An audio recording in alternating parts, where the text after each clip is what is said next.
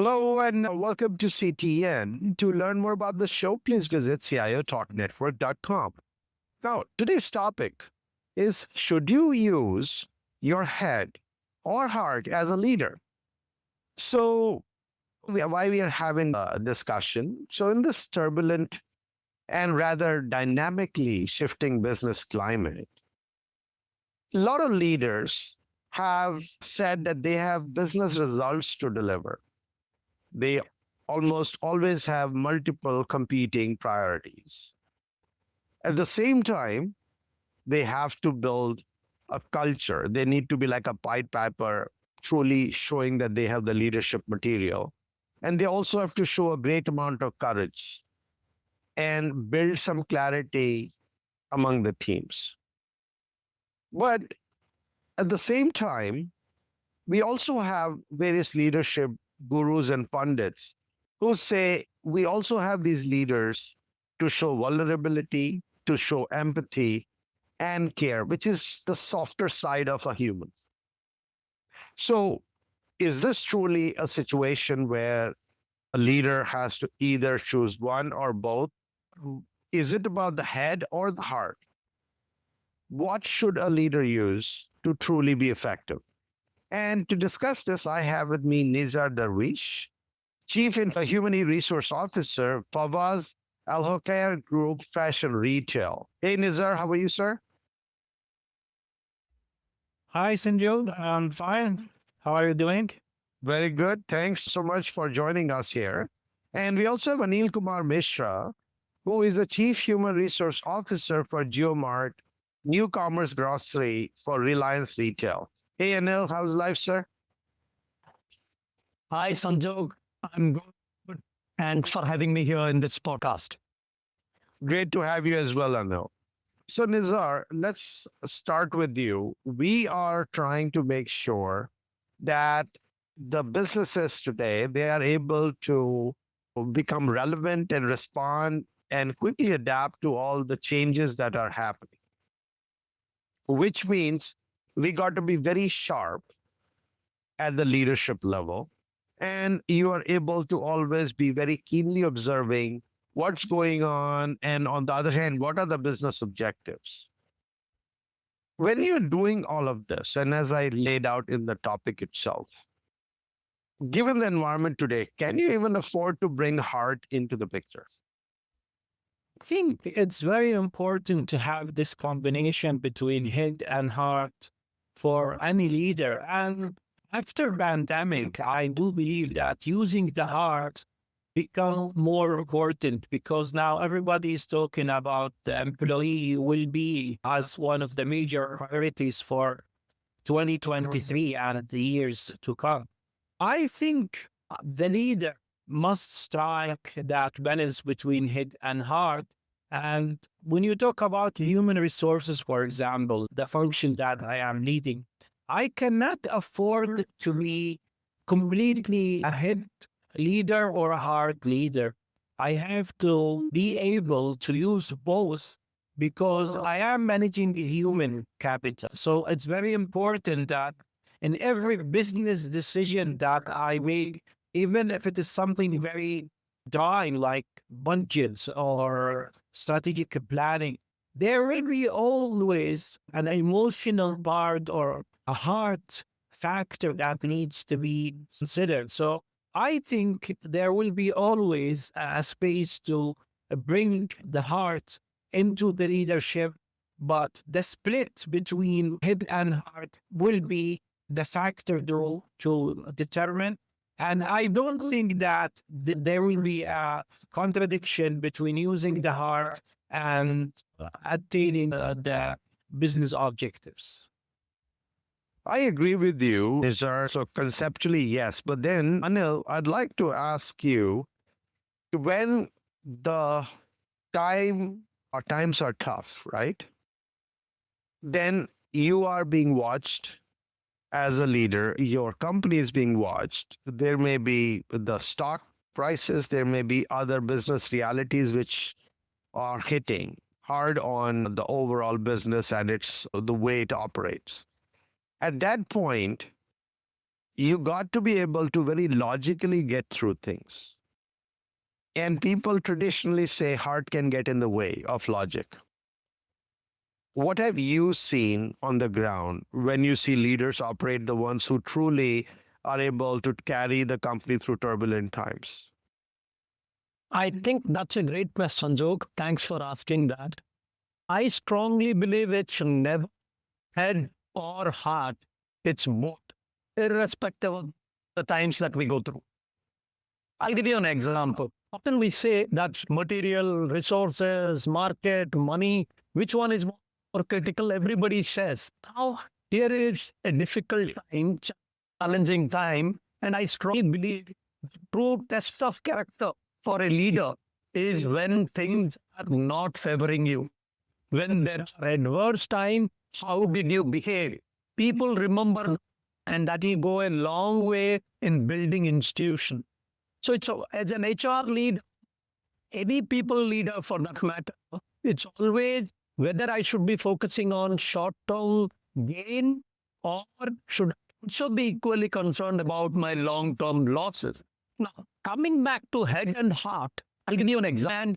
Of course, I work for a business organization. It's not a charitable. So your question about stakeholder management, answering to board members, looking at stock market, all of that is relevant. But at the same time, irrespective of the function that I belong to, can I be a little more humane? Of course, in my head, I know. Let's say for a certain percentage of people, I need to manage them out. That's a business call. For my existence, for my survival of business, if I have to take a hard call, by all means, please go ahead and do that. That's where I'm playing my professional role. And that's straight away thinking from my head. But heart, balancing it out, meaning, can I be a little more empathetic? Can I help them out? But can I have jobs, their employment elsewhere? Can I refer them to my friend in some other organization who is leading HR? And I can request them saying that, okay, these are the guys. They are great guys. But because business-related decision, I need to take them out of their current roles. But can you help them out? That's where playing my role of being empathetic. And that's where I'm trying to balance, okay, head and heart. Both balancing them is equally important. On one front, I'm managing what is good for business, for its survival, because we are going through tough time. How well I can manage. Can I go back to those impacted people and tell them why we are doing certain things? It's a hard way, but people would always understand and appreciate if I communicate, if I don't put them in that. And these are some of the examples of balancing both head and heart. That's how I look at it, Sanjo. So, Nizar, I have a question. So, Anil picked up a good point where suppose when the times are tough, you have to lay off your workforce or you have to do any kind of retrenchment. When somebody is losing their livelihood, imagine an employee, their mindset, and here comes a leader who says, I'm so sorry, but I have to take food away from your table. But trust me, I feel your pain. What is going to go on in that employee's head that, okay, it's easier said while you're saying, yeah, you feel my pain, but you really don't. You don't know what's going to happen with my family. Do you really feel that you drop an axe on somebody's neck and say, I'm so sorry, I'm forced to do? Is that how leadership works? I agree with you that this is one of the most difficult moments in a leader's life, especially when it gets to, as you mentioned, to take the food off the table of that charity, not person. But a leader also must understand that his or her role includes tough moments and tough decisions, and in certain times there should be a sort of an emotional freeze. And what do I mean by emotional freeze is that, yes, you feel the pain, but you actually don't want to do this if you have another option. But because you are a leader, And this is not about that person. It's not a personal matter, but it's about an organization and with other hit related matters. Yes, you do feel that pain, but you need to get yourself together and you need to remind yourself that my role requires me to face these sort of situation, and there is no, I think, contradiction between showing emotions and showing empathy, saying this is not really something I would like to do in normal cases, but it is what it is. And I don't believe that everything a leader will say in such incident will make the employee feel better because he is seeing it from a completely different angle. But from a leadership perspective, there must be times where the leader has to make the split goes much higher towards head than heart and ensure that he or she keeps the humanity, as Anil mentioned, into this. So, Anil, think of an individual who was growing in a company. And you being the CHRO, you definitely understand how performance appraisals work. You try to show that individual or give that individual a feedback of how did they do. So imagine somebody who's a manager, right? A middle manager who is supposed to get certain things done. You got a certain measure for them, and then you try to groom them, train them, help them, coach them, mentor them to figure out a way how they can get things done so that they can fulfill their duties as a mid-level manager. Imagine that same person does well, and you say, you know what, you are ready for the next level, and we would like to give you a leadership role. And then you turn around and have that person also show a dose of the heart, the empathy, and care, and other things. And you do another performance appraisal on that in person and say, you can't just be doing all things with your head. You also have you should use the heart aspect of it because you're supposed to be a leader. Imagine the same organization training a person who's a manager and then expecting a totally different output from this individual. Now, this person is a human, not a robot that you can reprogram that individual. How do you deal with something like this where you are responsible in your role or the organization is responsible for a person to do the best they can in the role they have, but they're also expecting that person to switch their psyche? How much of a dose of a head or heart they use depending on the role they are in? What are your thoughts on that? Another, I think, again, that's an excellent question, Sanjog. My take on that is, okay, so long as you are an individual contributor, you have a very limited sphere of influence on your people. But the moment you are a people manager, besides running your function, be it sales or be it any product or anything for that matter, the moment you have people accountability, you are expected to develop hard side of things also, which are often regarded as soft skills. But to my mind, they are the life skills. They are not soft skills, but if you are good at inspiring people, motivating them, counseling them, mentoring them, then your growth trajectory might become a little more faster in compared to somebody who struggles to build a heart piece and only thinks from head. As we move up in the organization ladder, I repeat myself, balancing out both depending on the situation. It's a contingency approach. I should be free. Depending on the need, I need to be doing that without, of course, compromising the humanity aspect, which repeatedly we have been talking about. Now, what do we do as organizations? When we consider people and their readiness to get on to the next level, we look at their consistency level of performance, which is predominantly in their functional area. We also take inputs, how good they are as a people manager.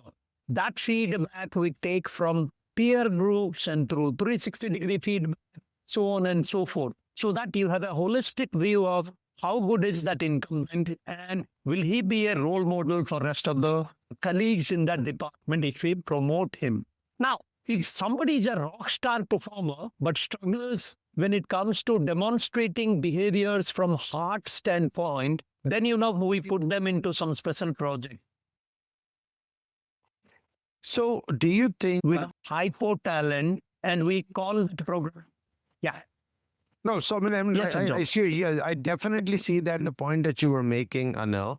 My question is, can you really have an academy for an individual to learn how to use their heart? Yeah, I think it's difficult to build overnight. Your dominating style is you are people centric, and some people are there whose dominating style or preference is people centric, being more being more humble, being more humane. Some other people completely task oriented. We do have people in both the category. And I tend to believe if you run programs, academic programs or some kind, which is not theoretical, but which is purely depending on, let's say, appreciative inquiry method or coaching and counseling or mentoring method, where you don't give them theoretical input, but you observe. We call it a 10, 20, and 70 principle. 10 is only theoretical input, 20 is special project, and 70% is on the job through special projects, through observations. Of course, the pace of change might be a little longer, but certainly those kind of a program, they help, Sanjog. No, this is very good input. Sir, imagine you had someone who, by design, was a logical thinker. That's great. But unlike where you work on a person's ability to think logically and using their head most of the time by practice, by giving them scenarios, you sharpen that capability. What would you do to an individual who was by nature used most of their head, and now you need to introduce the heart into the picture?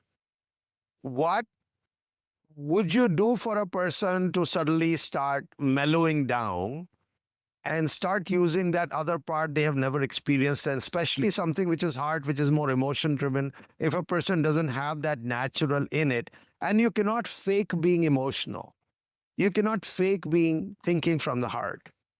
How do you develop something like that? And what have you done in that regard? And what challenges did you face when you were trying to groom someone to develop their heart side? Yeah, that's a great angle of looking at it. And the way that I have dealt with it is that I have attacked the perception itself, because let's go back to the root of looking at heart leadership as not so good aspect of leadership. Because the idea of bringing the heart into workplace leadership traditionally has been seen as a soft and weak approach that undermines business focus on profit. Okay, and this is why people think using the heart is not a good aspect of leadership. A leader should be always logical and using their head and get emotional at all times because they are expected just to use their heads. So I went against that perception and discussed this with people who are by need. They tend always to use their heart and remind them that business is having different elements. So there's the process, there are the systems, but there are the people. Okay. And we need to deal with people from a human perspective, and that requires us to use our hearts, not all times, but according to what the situation requires, and in a way that not necessarily taking our focus off track when it comes to business.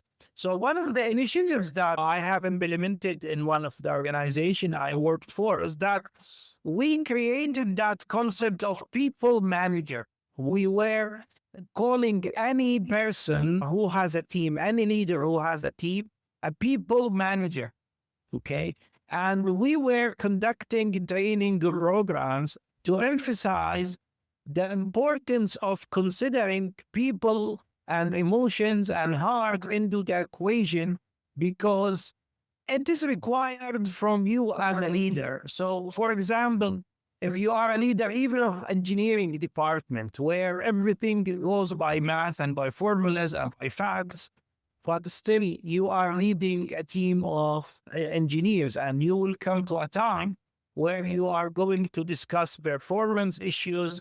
They will have problems to talk to you about, and you need to show your empathy. You need to get them to feel that you are not considering them as just machines or tools. So there is no escape in the real life from using your heart.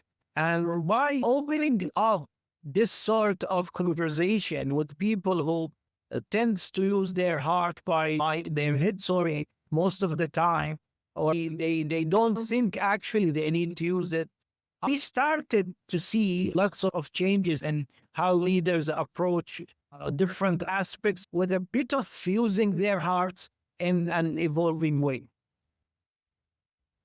Let's take a quick break, listeners. We'll be right back. And when we come back, Anil, I have this question for you where when a business is looking for results, they are looking for results and they want it yesterday, right? There is a sense of urgency. And on the other hand, unless otherwise, there is a huge focus on an organization building leaders, especially in such times like such as what we are experiencing today. There will not be as much patience that let us have this person build leaders and do things. They want immediate results. If every business is trying to survive and then be profitable and deal with these testing times, how do you keep alive that fire that we need leaders to lead with heart, and they have to build a big culture and everything else, because that will also perceived, if not in actuality, it can be perceived as it's going to slow things down because you're trying to do things which are not directly business related. So how do you get that additional runway? Who do we have to go and convince at the top that, hey, I'll get you the results, but wait additional 6 months because we are trying to take care of the people and their well-being, and we have to lead with the heart as well. Please stay tuned, listeners. We'll be right back.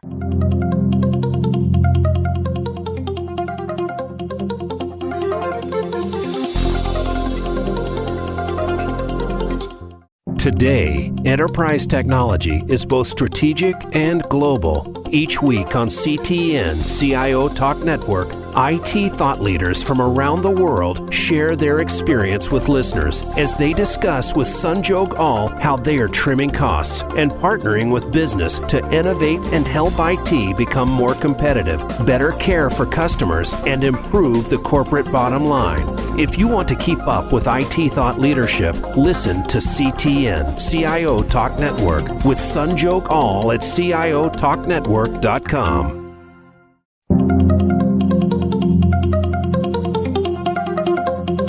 You are listening to CTN CIO Talk Network with Sanjog Aul. To learn more about our program, please visit CIOTalkNetwork.com. Now, back to the show.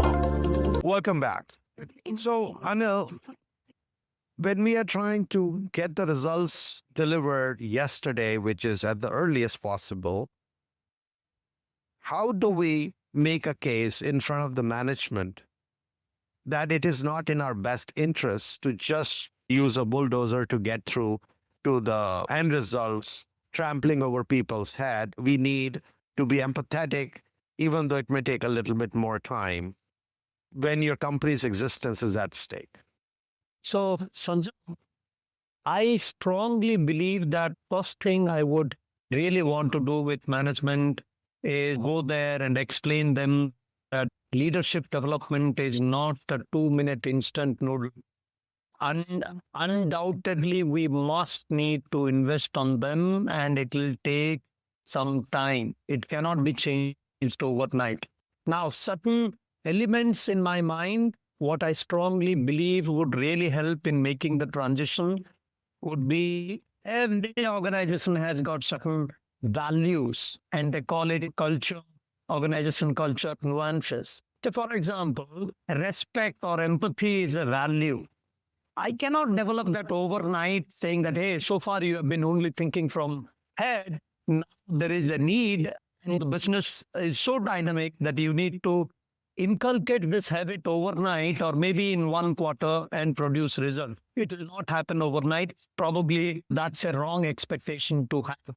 But what we could do is, can we make a tiny beginning, maybe baby step one at a time? Let's say respecting. So treat people the way you would like to be treated is a core way of working. So how do you make sure or you practice over a period of time?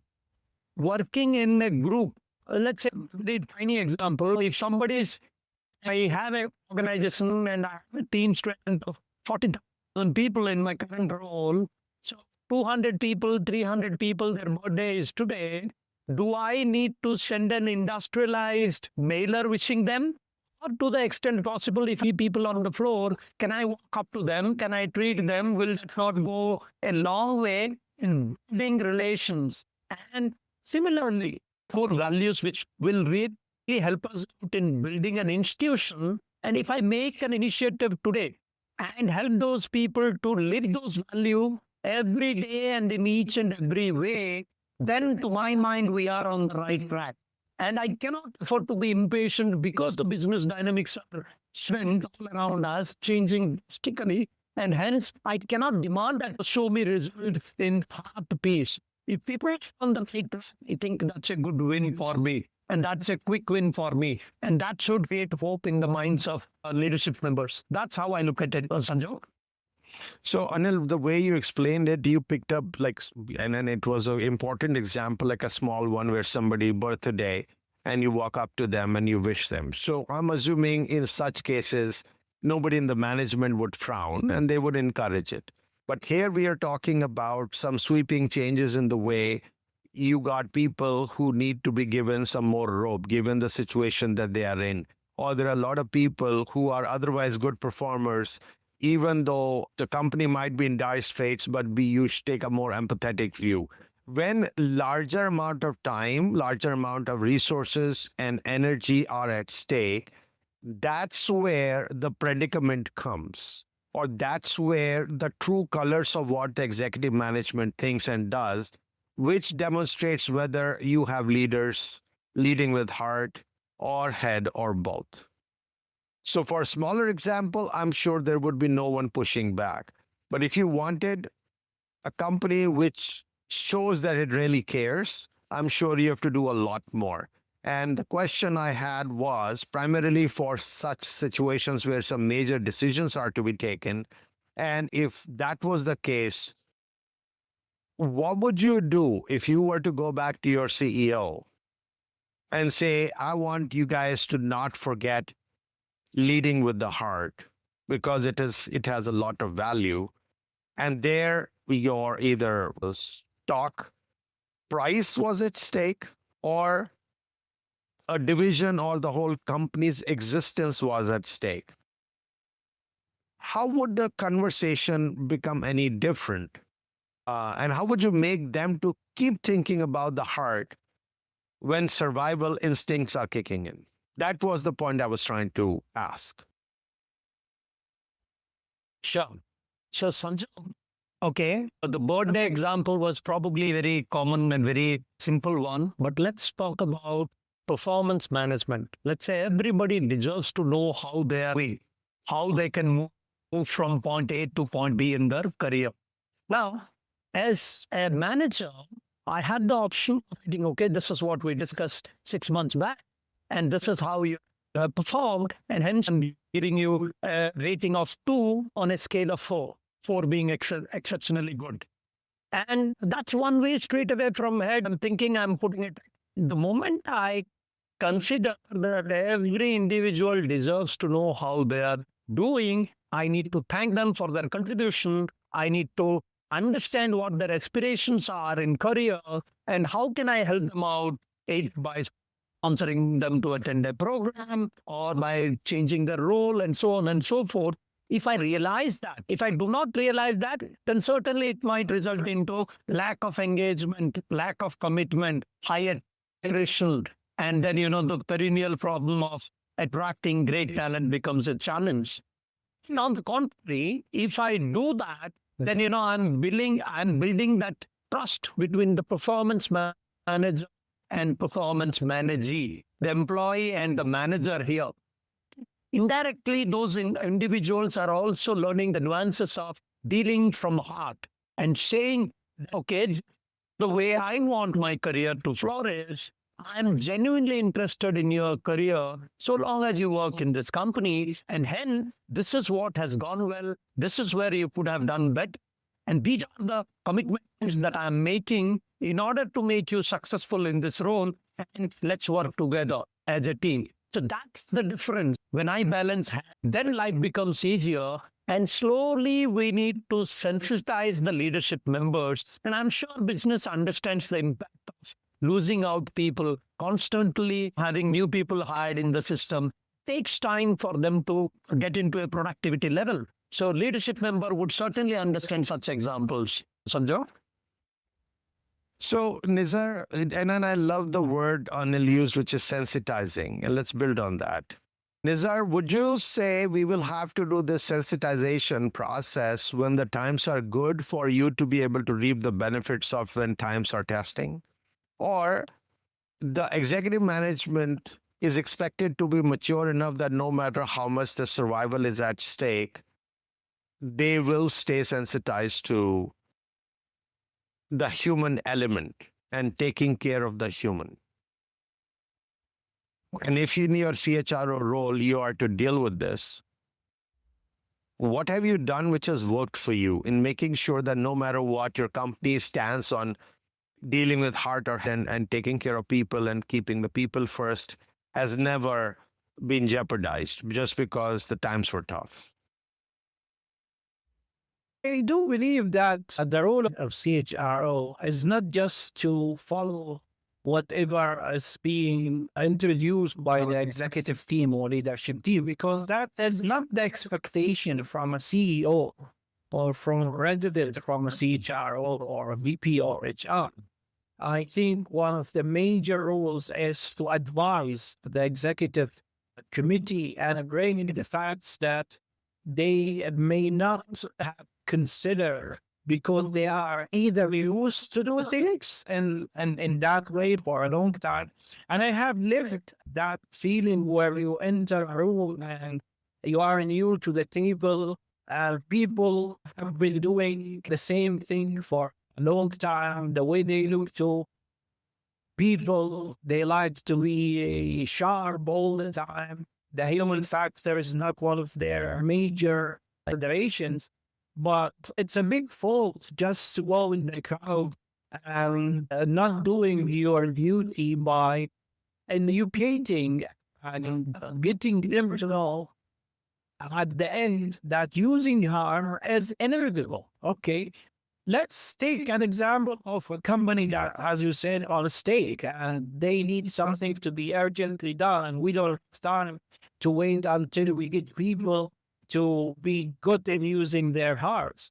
But the argument that I have wrote in similar cases, and I would always bring it to the table, is let's take a clear look at what will be taken up actually out of this situation. Is it only money? Can we push some cash into this and will be all good? Is it technology? Is it our people? Is it a combination of those? And always, whatever solution you brought to the table, there will be a people's aspect of it. Okay? And whenever you have people aspect, you have hearts. I do believe that thinking the concept and a pragmatic way of handling this to the executive team and getting them to see the picture that they may not, despite their long experience, are seeing it in from the correct angle. Because managing their business at all levels and at all situation will require the executive team and the leadership team to always use a combination of head and heart. But again, it depends on the situation. Will the heart take the majority, or will the head take the majority, or there will be like a fair split between the both?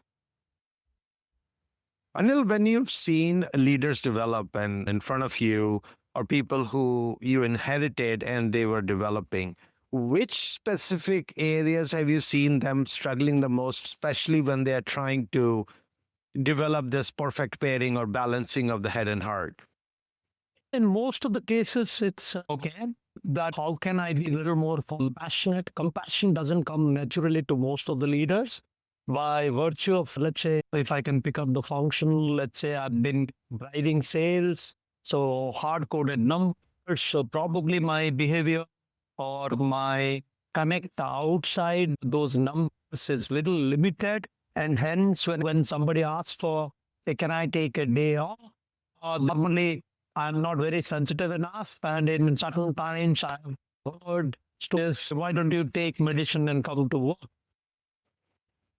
So to me, those are the elements in the constant pressure of driving numbers. Most of those people, they tend to ignore that compassion, empathy piece that we have been talking about. That's one element where I see a clear struggle.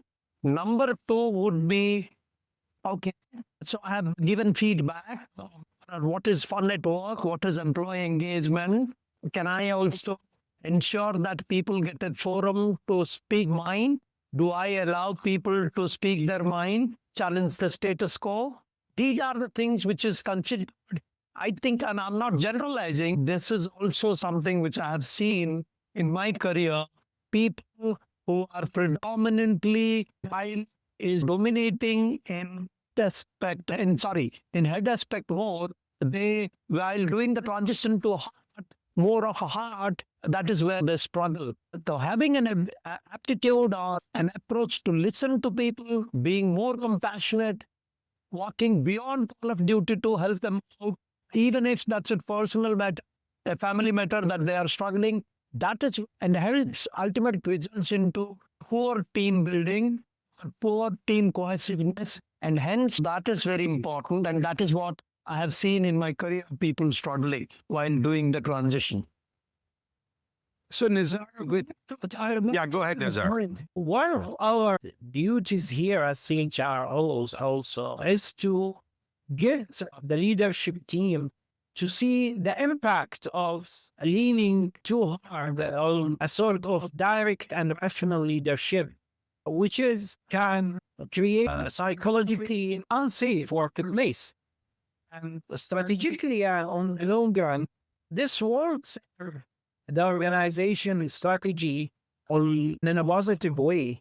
Leaning to the extreme of heart only is not good, and leaning to completely head also is not good. So the result of going to either extremes need to be very clear to the leadership, because this is a consideration that might change their view and approach to a leadership style. So, Nizar, to that point, one is a person might say, okay, I have this limitation or I'm struggling. And how much of those struggles do they express? They are basically their own, not a shortcoming, but a struggle at a personal level. And how much of those are a function of the kind of environment that they're trying to lead the troops? Because there could be an overarching culture which may or may not allow this individual to blossom and demonstrate their heart side, because they also have sometimes the perception to manage about themselves. What have you seen in that regard? Are people cringing at the idea of showing their heart or the compassionate side? Because some people might say, oh, this person doesn't have a backbone of sorts. Definitely, the perception here is the focal point, because I have dealt with leaders who have this hard part of their original personality, but when they come to work, they're afraid of showing it because the perception that they have in mind that if they show their compassion or empathy or that emotional side of them, they will be seen as soft or not strong enough leaders, or they cannot make hard decisions. So it's all about changing the perception and building a culture within the organization that a good leader is not a leader who always thinking about facts and figures and looking at people as hit counts. And we can see this in many organizations. Like that culture that using your heart as a leader doesn't mean that you are not good. Because I think the main reason that gets people not to strike the balance between head and heart is that they are afraid of going to either extreme. So if they go to getting to be completely high and logical and rational, they will be seen as they are not human in a sense. And if they go to that extreme, they will be seen as very soft and incapable to lead. So I think that it's all about bringing the perception into the balanced point where people will be having, as leaders will be having the space to express themselves from the heart perspective and the head perspective, and showing that there is no contradiction between the two. Anil, this one last question is about the organization's intent to truly seeing if the organization thinks that they have to have leaders who use a good balance of head and heart, and this individual is supposed to work on their psyche and develop their skills, etc. What specific support can the organization and other people offer this individual or any leader who's expected to have a good balance in terms of head and heart? What is it that they can be offered? Because they're not superhumans, right? Sure. They need the support. Yeah. Sure. So I look at it from 2 points. Number one, as I said earlier, sensitizing people, the relevance of balancing both head and heart has to be an ongoing activity. From time to time, we need to make them realize the importance of balancing out both.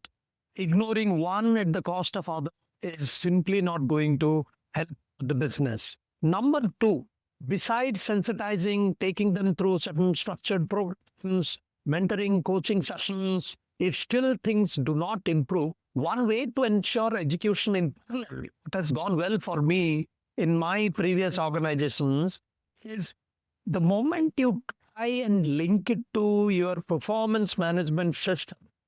Sorry if I'm sounding a little theoretical, but we have the concept called balance scorecard, which talks about a called people quadrant.